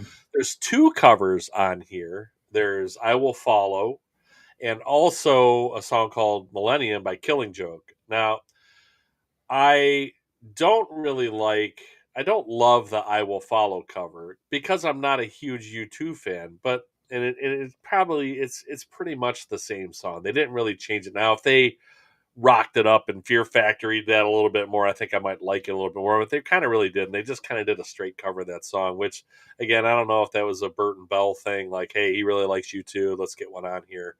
But the Killing Joke cover Millennium is badass. Like I really like that one. So my favorites are like yours, Transgression. I like Spinal Compression, Contagion is pretty good, and I really like Millennium. I did not like the Echo of My Scream at all. I did not like Supernova at all. So it's kind of where there's some good stuff on here, and then it falls off it kind of into I'm not sure who they are. Yeah. Like Echo of My Scream and Supernova and kind of even New Promise, even though Mark Morton's on it, like those songs don't sound like Fear Factory songs. None of the three of them. So Yep. New Promise kind of gets saved from a skipper for me because of the guitar solo and that Morton's on it, and it sounds good, but it's just not a great song. Like it's just doesn't sound like them. So if you played those three songs for me and gave me 100 guesses, I would not have guessed they were Fear Factory songs. I wouldn't have guessed because it doesn't sound like them at all. It doesn't have the trademark Burton Bell back and forth, heavy, it doesn't have like a lot of the keyboard stuff they normally do. Like it's just, I don't know. It just doesn't sound like them. So this one I have is a C plus or C ish, somewhere down there where kind of where you do. I don't have any D's for this band either. Same, yeah. It's all somewhat listenable here Yeah. and there. I just don't have this one at the bottom because there's like 4 songs I kind of really like on here. So I have this at number 8, though. It's definitely down in the bottom 3 for me, but there's some good stuff. But like I said, it really falls off, and there's some stuff on here that I'm like, I don't. Maybe they're not horrible songs, but I'm like, who are these guys? This isn't Fear Factory. So anyhow, number 8, C for me. Alrighty. 5 years later, we get the reunited Burton C. Bell, Dino Cesares. As you mentioned, the other 2 guys are gone, and they will never come back. They are now gone forever. Yeah. Burton and Dino are now the pair for the last 4 albums. And then Burton leaves after that. So, again, you can definitely read the tea leaves, those type of things. So, they quoted Bell asking about their circumstances. Fear Factory is like a business, and I'm just reorganizing. We won't talk about their exclusion. Right, I read that too. I'm like, oh boy, what a terrible thing to say. What a jerk. But Ouch. Burton C. Bell back to Dry Lung Vocal Murder. Ooh, yeah. Dino Cesares, Rhythms of Mechanical Death. We welcome the great Gene Hoglan on drums for Continual Ammunition Another Barrage. human drum machine, man. Dude, just ridiculous. Phenomenal. And then Byron Stroud on bass is Sonic Low End Pulsar Wave. Awesome. Love these names. I don't know how or I don't know when, but this album is one that I am very familiar with. When it came out, I don't know if I heard Power Shifter. I probably did because that was their first single, quote unquote single off of this. And I was like, hell to the yeah. This album rips. This is their return to form for me. Oh boy. I love this. I love Mechanize. It to me, and again, I don't know. I guess I love it. I can't tell the difference that much. Again, Christian Oldswolder's gets all the credit in the world. But Dino's back, and he sounds like Dino. And Gene Hoglan is one of my favorite drummers. I love this album. Mechanize, awesome. The title track, Fear Campaign, Final Exit. Just really, really like this album. I always have when it first came out, and to me, it is still riding high. Mr. H laughing, so he doesn't like it. John, this is Bob fight. There's no fight with this one. No. It's I'm just interested. Where the hell is your number 1? I'm totally puzzled here because after this one I don't really have one. Okay, we'll find out. So it's all right. We've agreed pretty close up till now, but I got Mechanized number 3, B plus. God, I seen them for this tour, and they sounded phenomenal. It felt like kind of like a breath of fresh air for me, especially off the last album. I felt it just sounded a lot better. All right, let's hear it. What do you got for Mechanized? Okay. Boy, number 3. I wasn't really expecting that. So, yeah, but that's okay. There'll be another unexpected one coming up here too. So, yeah. I feel like I don't even have that many notes for this one. I listen to these all in order, so it's not like I had any preconceived whatever, like transgression, bled into this one. I know that Dino was back. I know the other two guys leave. I knew all that.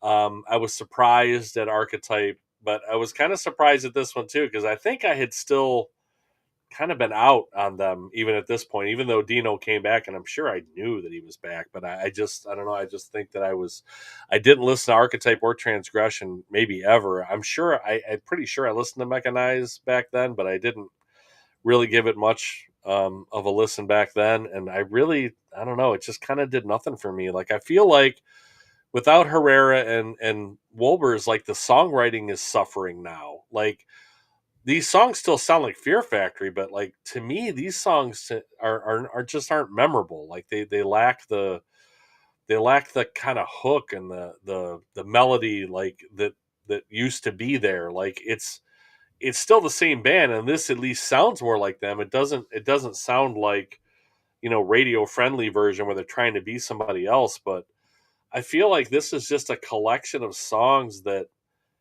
I don't feel are written up to their standards. Like they all sound like them, but none of them are memorable. I listened to all 10 of these and I'm like, oh, not one of them, not Mechanized. None of them was I like, hey, I remember this one. Yeah, this one's pretty good. Power Shifter. I'm like, I thought I knew by the names. I thought I recognized these songs and that I liked some of these, but I really don't. I feel like Gene Hoglet on drums, it sounded like they instructed him to out Herrera, is what it seemed like. Because it sounds really similar, except with faster kick drums, even. I'm like, because that guy's a machine too. He's a phenomenal drummer. It just, I don't know. It like I said, I can't even really put my finger on why I don't like this one. This is number 10 for me. Wow. Because it's all just kind of there. And my favorites, I picked Designing the Enemy and Final Exit, but the rest of it, like Skippers, is just kind of there, and I wrote in here rating C-10, just kind of eh. Like this whole album was just eh for me. Like nothing stuck out, and nothing reminded me of like, oh yeah, this is a banger. I just was like, I don't know. I kind of get though why you like it. I mean, I get because it gets away from the different stuff, the Echo of My Scream, the Supernova, the New Promise, the stuff that they were doing on Transgression. It does get away from that. So I do kind of get that. But at the same time, I didn't give this album much of a chance back then, and listen to it now, it did nothing for me, man. It just did nothing. So it was just it all kind of sounded the same. There wasn't like kind of a difference between the songs. I don't know, man.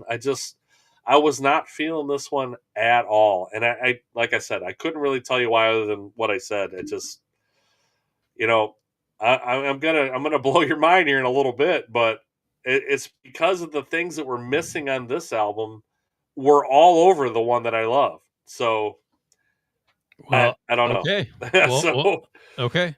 Well, again, we've agreed that they don't really do anything that's bad. So I feel like, I mean, it's still a C range. I feel well, yeah, and I think there's nothing. There's not a single song I would say this song sucks. Yeah. I have to skip that one. Yeah, you just like the sound of the other one. We fought about stuff on Deftones, right? And I'm like, that song just plain sucks. You're like, no, I love it. And I'm like, okay, so we fight about that. There's nothing on here. I can't really fight you. Yeah. It just did nothing for me, and I don't know why. Because it does sound like Fear Factory. It was missing those hummable, like, stick in your head moments that I can't get out of my head it just missed all that for me. So, okay. Anyway, that's that. Alrighty. So I can't really fight you, unfortunately. No, I know as much as John wanted us to. He wanted some Bob I totally disagree with you, but I can't fight you because it is kind of what you said you liked about it. It is that. I just didn't like it. Yeah, it didn't hit with you at all. The one that it's going to hit with you is not going to hit with me. Yeah, so absolutely. We'll talk about this here in a second. Happening. So, yep. Album number 8, June 5th, 2012. We have 2 members in the band now. There is no drummer on this album. This is all programmed. Yeah. This is Burton C. Bell and it's Dino Cesares. That's it. Those 2. And of course, Reese Fulber, the old reliable. Always do they have special names? Do they call themselves the dynamic duo or the ambiguously gay duo or anything like that? No, nothing that I can see. They just kind of went away with that since it's just 2 guys now. Yeah. Awesome. So Also, this, I didn't mention earlier. I forgot to mention during the documentary I watched was for Archetype. It came out around the time Transgression did, though, and Byron Stroud, who was playing bass on the last album, was in the band, but he was just learning the songs during the Archetype tour, and he was just like a live bass player because they have to put people on stage even though they don't have any members. yeah. But so he was playing bass at the time. So the guy that played bass on Archetype, they must have left, and they brought in this Byron guy. So they're having this birthday party for him. There's a lot of like behind the scenes, like in the dressing room. They a video that they shot for Archetype they had on there. I don't know if it's damaged, I think, but anyway, they shot a video and they did it in this factory that was like forbidden. They had a bunch of fans in there. They all just signed waivers to even enter this building because it was condemned. But it was in Australia. It was in Perth, Australia, and the windows are missing. Like this factory-looking building was just falling apart. So anyway, they asked Raymond Herrera. I think it was Christian that asked them. They're like, "Yeah, and Raymond, like, here's the drummer, Raymond, and they're like, the guy, he's like, can you really play that stuff?" And he goes, "Oh yeah." and then Christian goes, "Yeah, he actually can play it even faster." And I'm like, "Wow!" So it's kind of must have been a thing with them for years that like does this guy really play this stuff? So I don't know. Yeah. I forgot to bring that up, and I wanted to get it in before we got too far down the rest of this road here. So because we've already passed it, and I missed Yeah. it. My bad. All good. So, but it was a fun little story, and it's a cool documentary. It's like 52 minutes, and it's on YouTube. So if you're on there watching Archetype or Transgression, you'll see it in the list. It's right there. But it's pretty cool, short little video. There's some cool live shows in there from Australia, live songs, like they show them doing Replica, I think, and then a couple other songs. So it's pretty cool. It sounds decent, Yeah.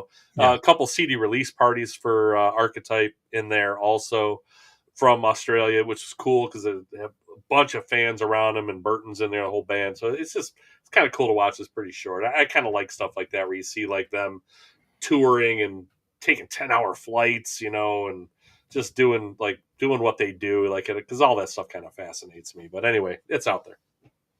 All right. Sorry to hijack again. No, it's cool. I forget where I was at. Industrialist. Concept album. Return to that. Another industries in form of automation, those type of things. So not really anything different. This one to me, I think had the feeling of what you felt last album. This didn't really feel like anything new to me. This actually felt like a step down in songwriting. Again, same thing that you said last album. This is just when it hit me, when I felt it. I'm with you on this one. Yeah, just this one. It was just kind of dull. It didn't really do much for me. There's not really a whole lot of standouts. I like the title track, the very first song on the album. Recharger's okay. I like Depraved Mind Murder. Again, these titles are insane, but not a whole lot of skippers. I mean, to me, this is just very bleh.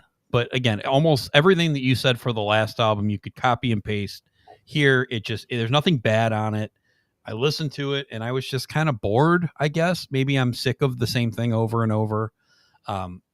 Probably the big difference is Mechanize. I've listened to for the last, 15 years. This one I haven't listened to that many times. I never really got super into it. So this one's number 8 for me, just because it's just, a big nothing kind of burger. It's a C+. Again, not bad. It's what they do. It just feels a little less inspired for me. What did you think about The Industrialist? Almost exactly the same as you. To me, this is kind of a continuation. Like, there's a real lull for me with this band between Transgression, Mechanize, and The Industrialist. Now, where I agree with you, they sounded more like themselves again on Mechanize, and it's kind of more of the same for me on here. But that one didn't do anything for me. This kind of really didn't either. I just like New Messiah and Disassemble. I like those two songs. And I like those kind of a little bit more than the two on the last album, but these could kind of both be 10s for me, really. They can kind of both be down at the bottom. This is definitely the bottom for me, these two albums. So it was hard for me to decide which one I actually liked least. But, I mean, again, though, the only thing I'd skip here are the last two tracks. Now, song 9 is 1:52. It's an instrumental. It's actually not that bad. But human augmentation is like it's almost 10 minutes of movie sounds. Yeah.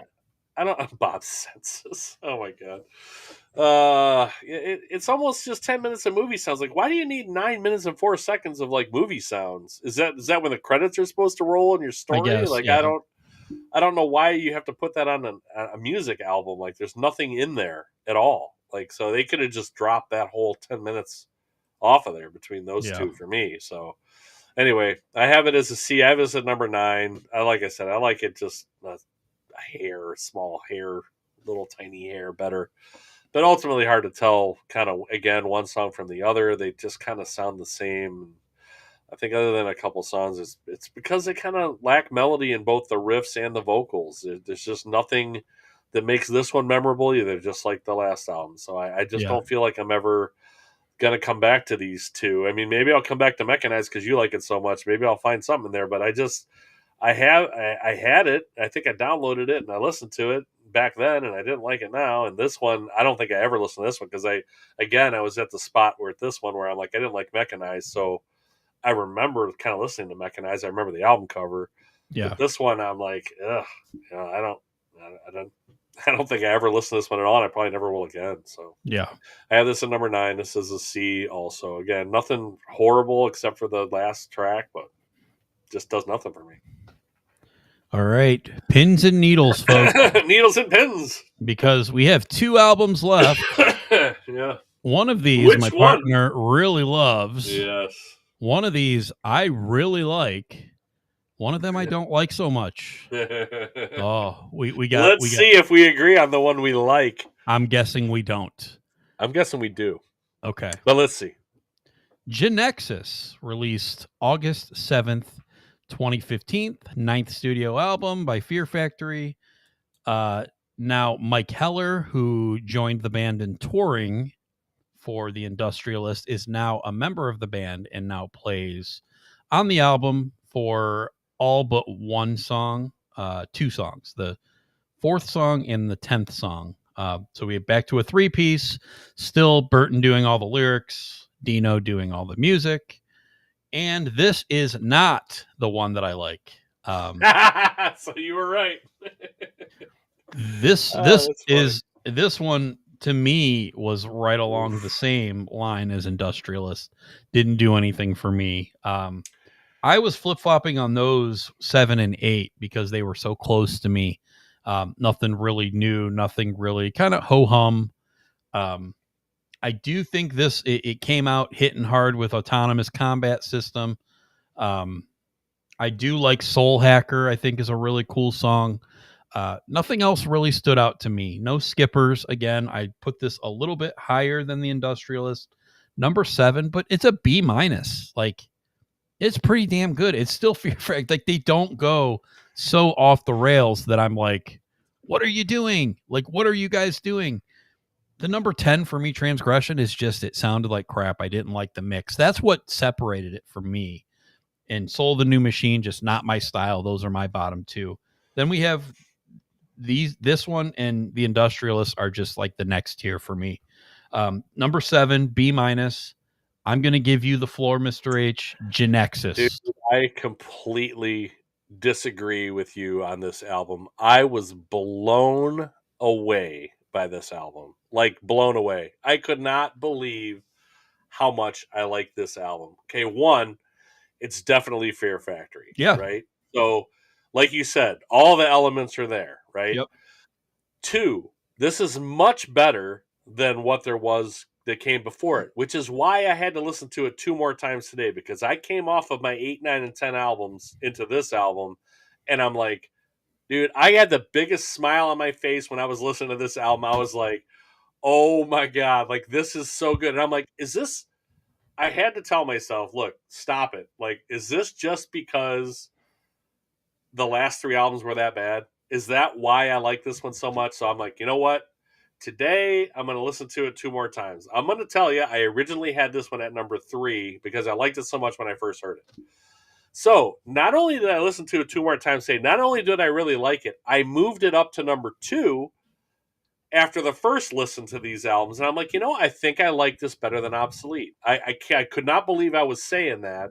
And then I listened to Demanufacture, and then I listened to this one again, and I'm like, you know what? I think I like this album more than Demanufacture for quite a few reasons. Okay, one, I'm going to pass it's out. one. Go ahead. I'll just keep talking.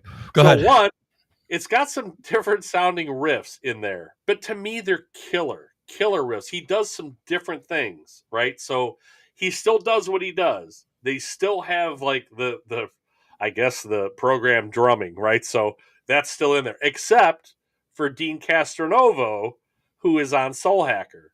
So I guess the drummer is now Mike Heller, but I think isn't Mike Heller still in the band now? I think he is. Yeah, he Sounds is. exactly the same. You can't tell a difference. Like you seen him live. When I saw him live in 2023, I didn't know if that was Raymond Herrera, Mike Heller, Gene Hoglan, Dean Castro. I didn't know. It sounded the same. It sounds like Fear Factory, right? So there's no change there. But the vocal melodies in here are so good. They're so good. And I don't know what the difference is. I don't know why all of a sudden this just totally hit me, right? So Anodize, like the first song, Autonomous Combat System, you're right. It's just a banger, heavy Fear Factory song, right?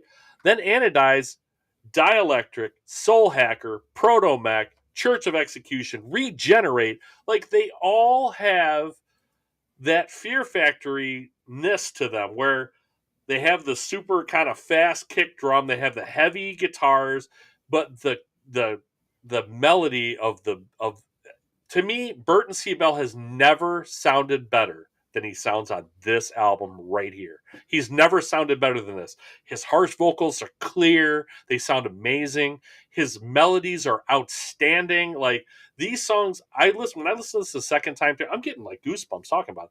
When I listen to this the second time through, I recognize all of these songs again. I'm like, I remember this one. I remember this one. That's what didn't happen to me with Mechanize. Even though I'd listened to the album before. Yeah, I just listened to this one a few days earlier, but I listened to this again and I'm like, God, dude, I really like these songs. And then the third time I'm like, I swear I love some of these songs. I really do. They don't play many of them live. They play like one or two off of this album. But I'm telling you, dude, I love Anodize. Like when it gets to like his clean vocals, the melodies are just all over the place and they're just so good, dude. It's so hooky to me. And that's what always sucks me in. And that's why, maybe for you that's not exactly Fear Factory, but for me, like that's what I love. Like I love that stuff. And it's all over this album. And Dino's playing is like he does some short, chunkier riffs. It's not just all the same that usually he sounds the same all the time. This one, oh my God, dude. It's just he does so many different things. He does some of that, but he does some of this other stuff and some of like the muted, chunkier riffs that I love so much. Like he does that. There's riffs in here that I'm like humming in my head that aren't, there's not even any singing going on, but I remember the riffs. Like, dude, I could not believe it. I'm as surprised as you are. The Skippers, I would say even, I mentioned before that I would give them credit when they do a slower song that I like. I kind of like Expiration Date. I actually don't mind it as a Fear Factory ballad attempt. The problem with it is it's 9 minutes long. So if they had ended that at 5 minutes when the song actually ends, I'd be just fine with it and it wouldn't be a skipper for me. But I'm telling you, dude, I have 6 songs on here that are my favorites out of 10 songs. And I probably could have added 1 or 2 more, but I didn't want to overdo it. I love this album pretty much from top to bottom, other than that last 5 minutes that they should have just chopped off. I have this at number 1. I have this as an A. I know it's going to sound stupid or like I did it for clicks or something because that's just what people do in this day and age. But I'm telling you, I'm like, you know what? F it. Like, I like this album right now. I like this album more than I like Demanufacture. Now, I would have never said that. But right now, I love this album right now. It hits me in all the right places, man. It really does. I never would have thought I'd like something this much by them ever again. I never gave this a proper chance at all. I'm going to totally admit that after the last albums. I don't think I ever listened to this before this week, except for the 1 or 2 songs I heard live, and I didn't even know what those songs were from. But, oh, my God, dude. Thank you to you, and thank you to the podcast. I'm serious, for giving me another banger to listen to that I otherwise have passed over in my life. Yeah. I swear, this album's 11 years old. I'm going to listen to this a lot. I'm telling you, I can't get enough of this album right now. Well, that's I awesome. couldn't believe it. I couldn't No, believe it. that's I will be awesome. back, Genexus. I will be back for you. Perfect. Number 1. No, that's awesome, man. I absolutely love that. I love that we like different stuff, Yeah. but it's dude, their stuff is just Fear Factor. You know, it's Fear Factory it is, stuff. but So this is like to the next level. It's Fear Factory with extra melody and extra hookiness in it. Like, oh man, it just I said, I didn't want to put ahead of demanufacturing because I didn't want to sound fake. Yeah, I didn't want to sound like I was just doing it. But when I listened to it the third time today, I'm telling you right now, I like this album more than demanufacture. I just do. Okay. It hits me in the right way. It's funny. I don't usually do this, but like this band is one that just I'm so curious. So I went to the Fear Factory subreddit, and again, it's just fans. It's just fans. I was just curious. Like, if you go down the list, I'm curious. Like, pick an album, and for this instance, we'll pick Genexus. Okay, I'd love to hear because I didn't really look at any of this stuff. I'm going to go down the list of this is where it's ranked on the subreddit, basically where it's their fan forum. Okay, yep. So I'm going to go down the list. With Reddit, so yeah, I know what you're talking about. Okay, so just down the list, Genexus, number 7 overall, number 6 overall, number 3 overall, number 4 overall, number 5, number 4, number 3, number 7, number 2, number 5, number 8. My point is, it's all over the place. It's all over. You're going to find people that almost like this better than everything, or really don't like it. Like exactly. You said, so. Just out of curiosity, where do they have Archetype in all those? Just since you got it open. Archetype, or you want about Mechanize? Archetype. Okay. Because as I was going through kind of down the rabbit hole of the documentary thing, I was reading comments too because it's on YouTube, and there were so many comments talking about how much they liked Archetype as I'm listening to it, And I was like, is this really that good? Like, I really liked it, and I was really shocked by it, but I hadn't listened to it before, so I'm like, I wonder where these people rank that one too. Yeah, Archetype. Number 3, number 4, number 7, number 4, number 7, number 7, number 7, number 7, and number 5, and number 3, and number 1. So So again, I think this just proves that point though. Yeah, like it does. There's a lot of 7s in there, but like you said, there's still people that really like that one too. Yeah, I think obviously going down this list, demanufacturers 1, 2, or 3 in all of these. Yeah. So and it is for us too, for both of us. It's not like I'm putting that down at number 9 and trying to bash it for some reason. It's a great album. By no means am I saying that. I guess my point is, and I know we have one more album to go, and we'll do that one next. But the point is, when a band has this kind of solid stuff, and they mostly stay true to themselves, we're gonna all look at these totally differently. It's not like where we talked about Deftones, where they are totally different day 1 than day 2. Yeah, or the end of day, whatever. They're just so experimental that it does. The sound is totally different. Where Fear Factory is just different degrees of the same thing. It is. So it's like what you really like. You like this specific thing. I like this specific thing. Well, that's why this one hits me and that one hits you, or whatever. John's asking you, do you think 20-something Bob would have liked it this much, or do you think now? It's impossible to say, because 20-something Bob was when demanufacturing came out and Obsolete came out. I was 23 and 26 when those two albums came out. So when those came out, they blew me away because nothing else sounded like them, and that's what we said, right? That it's really impossible to say. Did they have to grow into that? Maybe. I'm not sure. That's a great question though, John. Yeah. It really is, because I don't know that I could say that, but I wouldn't have said this last week either. I'd have been like, Jen, what? Like what? Yeah. What album is this? Now I absolutely love it. So it's impossible to say. 20 years ago is even harder than a week ago. I don't know. Fair enough. All right, let's get to 10th album released June 18th, 2021. That's now this this one's a mess. Aggression Continuum. Not a mess because of the music. So this was recorded in 2017, Yeah. and Burton and Dino, it came to a head. Like at this point, they couldn't even deal with each other anymore. So by time this album was released, Burton C. Bell left the band. He was out. He left in like 2020. 2018 or 19, I think. Yeah. This was what you said, 17. This Yeah, recorded? It was not long after. Yeah, Burton C. Bell did the vocals in 2017. Mm-hmm. The drums, that's right. Yeah. The drums and the mixing did not even get done until 2020 and 2021. So they had guitar together. and vocals, and that was it, right?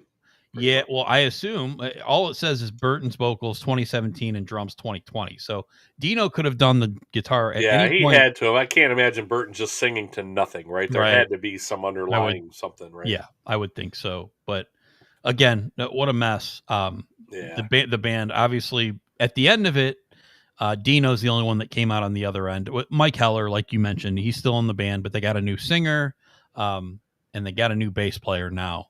So interested to see what they'll do going forward.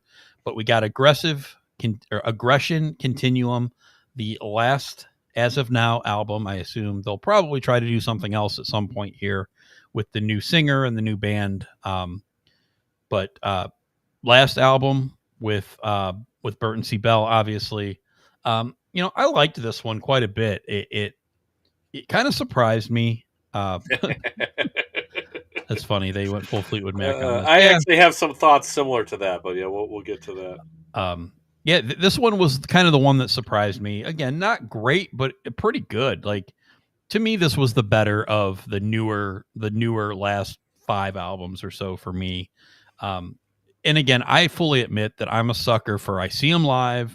I hear some of these songs and I like them more. They did what, 2 of these when you saw them? They did a few of these when I saw them. Yeah, they did.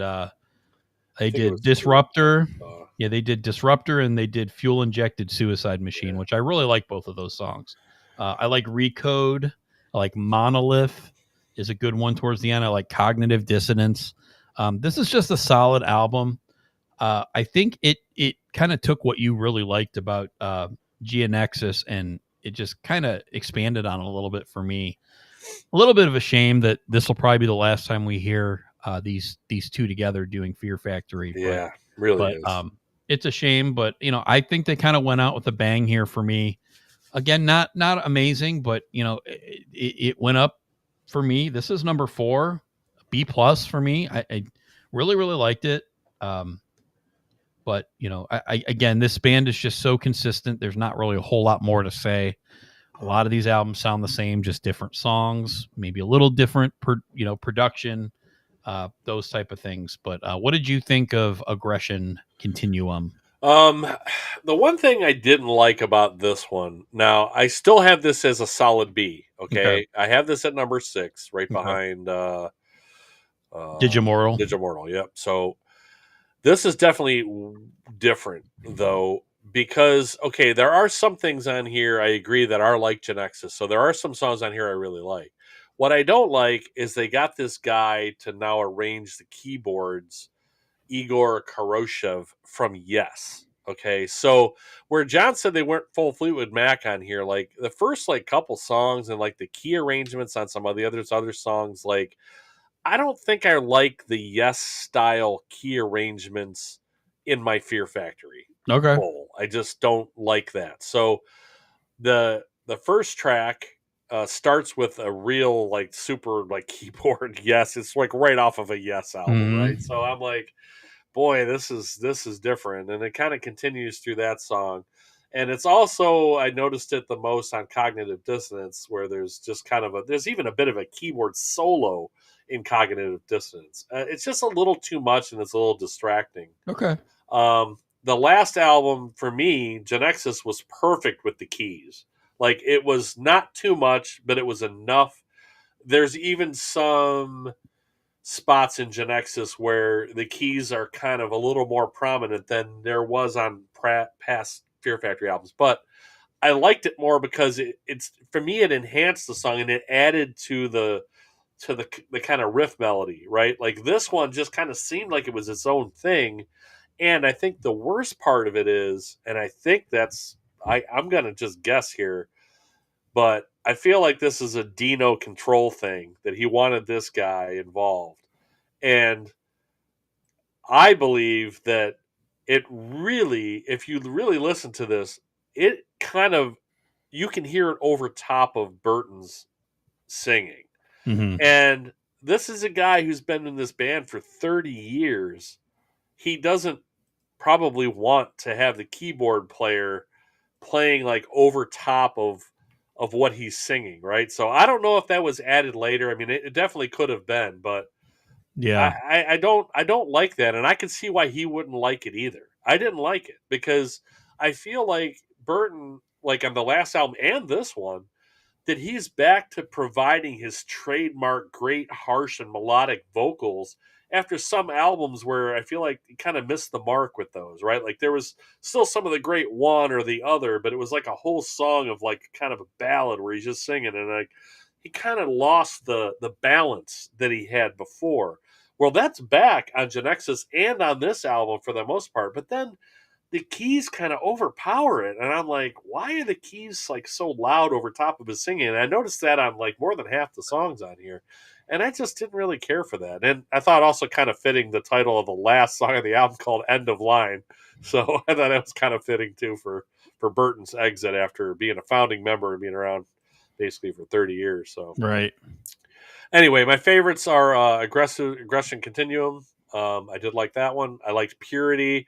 Again, the keys are a little much here, but didn't distract me too much.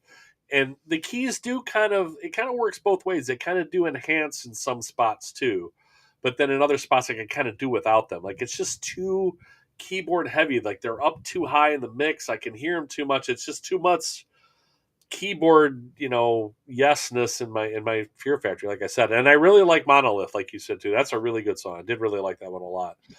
Again, though, no skippers, and I have this as a solid B. I just have this as 6 because it's just not. It's losing some Fear Factory-ness to it again. Yeah. With the keyboard stuff, and that's what I don't like. So Yeah. I need the melody, but I don't want too much keyboard kind of distracting me from Burton singing, I guess, if that makes sense. So I guess it's kind of a careful what you wish for thing, because in this one I just felt like it was too overdone. In the last album I felt like it was perfect. So Right. again, this is one though, I did put in my notes here that this is one I'll probably revisit though also. Because I do have it as a B, and there are some really good songs here, and maybe I can get past the kind of overpowering of the keyboards, and maybe I'll like it more, because I only listened to this one once. I didn't listen to this one a bunch of times. I need to give this one a little more room to breathe, and maybe I'll like this one more like I like Genexus. Probably not as much, but probably more closer to that, because Genexus I feel like is just everything that I love that Fear Factory does. They did it top notch on that one for me. This one, it's a little wonky and it's not quite all there, but it's still a lot of that stuff in there. So anyhow, number 6 is B on that one. Alrighty. I'll give you my 10-1. We'll go number 10. We'll go Transgression. Number 9, Soul of a New Machine. Number 8, The Industrialist. Number 7, Genexus. Number 6, Archetype. Number 5, Digimortal. Number 4, Aggression Continuum. Number 3, Mechanize. Number 2, Obsolete. Number 1, Demanufacturer. Mr. H. Number 10, Mechanize. Sorry, buddy. Number 9, Industrialist. Number 8, Transgressions. Number 7, Soul of a New Machine. Number 6, Aggression Continuum. Number 5, Digimortal. Number 4, Archetype. Number 3, Obsolete. Number 2, Manufacturer. And the most shocking one I've had in now 50 episodes. And I'm telling you, I promise you, I did not do this on purpose for any reason. Genexus is my number 1. It hit me like a ton of bricks this week, and I just love it, man. I'm going to listen to the crap out of it in the next month. I can guarantee you that. Did it hit you? Maybe like I'll flip-flop them again. Hammer? Maybe I'll get myself tired of it. Yeah, 10-ton hammer. Maybe I'll get myself, sick of it, and it'll drop back below, do manufacturing, maybe a few spots. But, dude, I loved it, man. God, so much. I could not believe how much I like that album. Folks, this is why we tune in every week to the Two Bobs Cast, because you just never know who's going to like something more than Demanufacture? You just never know. I mean, I like I said, it shocked me too. I wrote it in there. I'm like, I can't believe I'm putting this. I can't believe it. I just can't. All right. Well, next week we have a special episode into the 50s. We go to the letter G and the band Godsmack. Go back to a little bit newer. John's flabbergasted about your number one or about Godsmack because of the timing there. Yeah, I don't know that Godsmack flabbergasts me, but I don't think Godsmack really flabbergasts anybody. It's kind of another band where you get what you get, right? Like you know what you're going to get from them. You either kind of like them or you don't. It doesn't really change a whole lot. Yeah, they haven't changed. I have definitely changed, so I think that's the main thing. Yeah, I could see that. So definitely, but next week we'll get into Godsmack. Anything else? How about an almost 2-hour podcast on Fear Factory, man? Yeah. Thanks, brother. Yeah. This was fun, man. It really was. It was a fun experience this week, and the podcast was a blast too, man. I kind of knew it would be. So I didn't want to argue. We were texting back and forth today. I just shut it down. I didn't want to. I just stopped. I didn't want to gamma ray. I didn't want to argue too much because I wanted to save it for here if we're going to argue. I didn't want to do it on text and then rehash it later. It's better to just save it for here. So we didn't end up arguing that much. Anyway, no, there's certain bands I think that are more polarizing. Fear Factory, again, I didn't think that Fear Factory was that different.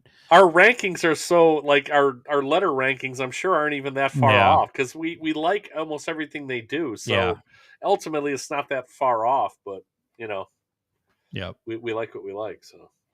All right. Well, I'm excited for next week. We got Brian. He's going to rank them along with us. So Brian, nice. Please do. Can't wait to hear. John, please, even if you're not a Godsmack fan, let's get those listened to. That's your homework. He wants us to do Gamma Ray so bad. He loves Gamma Ray. I don't even know what Grandma Ray is. Is that the barbecue sauce, people? Grandma Ray's honey barbecue sauce. Yeah, I don't even know what sweet baby Grandma Ray. Oh, that's awesome, dude. I'm gonna have to listen to some Gamma Ray because I've never heard of Gamma Ray. Yeah, it's power metal. You'll probably like it. Yeah, probably. It's cool. You like both of their songs. Grandma Ray. All right. All right, man. All right. Well, thank you all for listening. Thank you, John. Thanks, John and Brian. Thank you, Brian. Thanks, Little Bob. Whatever happened to Little Bob? Little Bob, he crashed and maybe he had to go to bed. He had Betty Buys. He had to go Betty Buys. Hey, Little Bob needs his rest. Betty Boy Night Nights. Betty Boy Night Nights. So, all right, partner. Thank you once again, and we will see you in the next one. Yep. Rock on. Looks like you've been missing a lot of work lately.